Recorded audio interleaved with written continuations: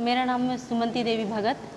मैं जसपुर नगर छत्तीसगढ़ से आई हुई हूँ और मैं उरांव पेंटिंग करती हूँ। इस पेंटिंग का ख़ास बात तो यही है कि उंगली से ही बनता है।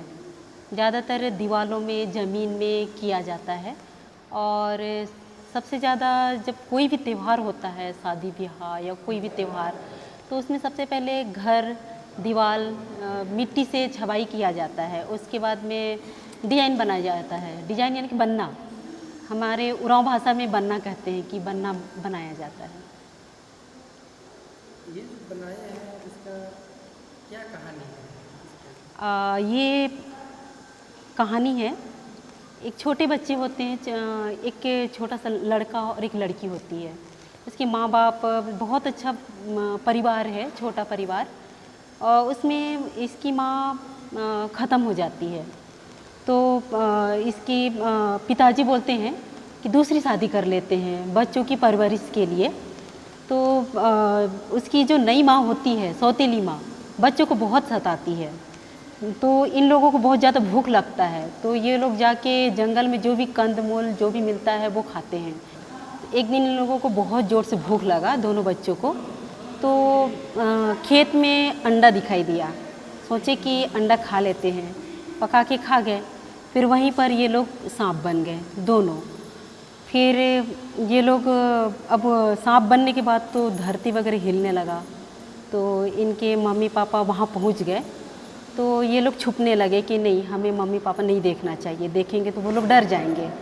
तो ये इनके जो पापा थे बोलने लगे, बच्चे बच्चे कहाँ हो?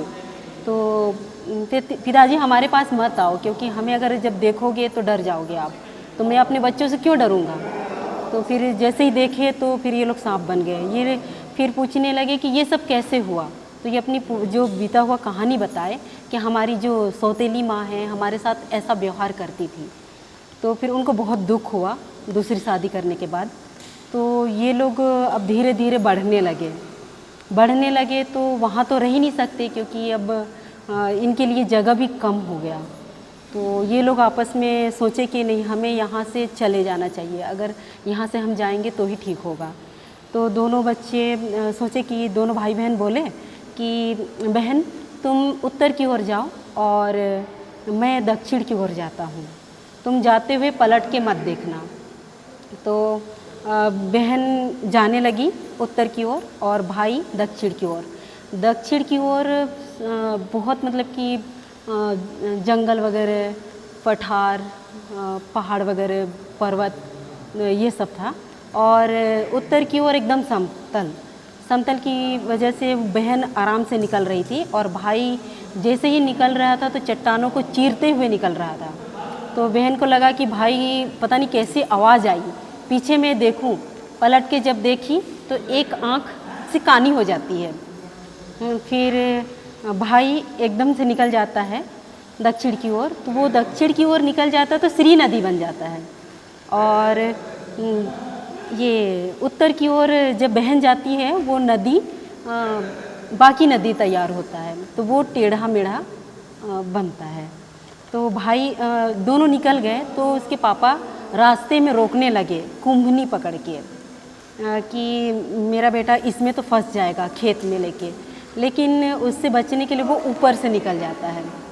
फिर वो निकल गया, फिर अपने पापा को बोल कर गया कि मैं सावन में एक बार नाग पंचमी के दिन ज़रूर आऊँगा, हम दोनों आएंगे।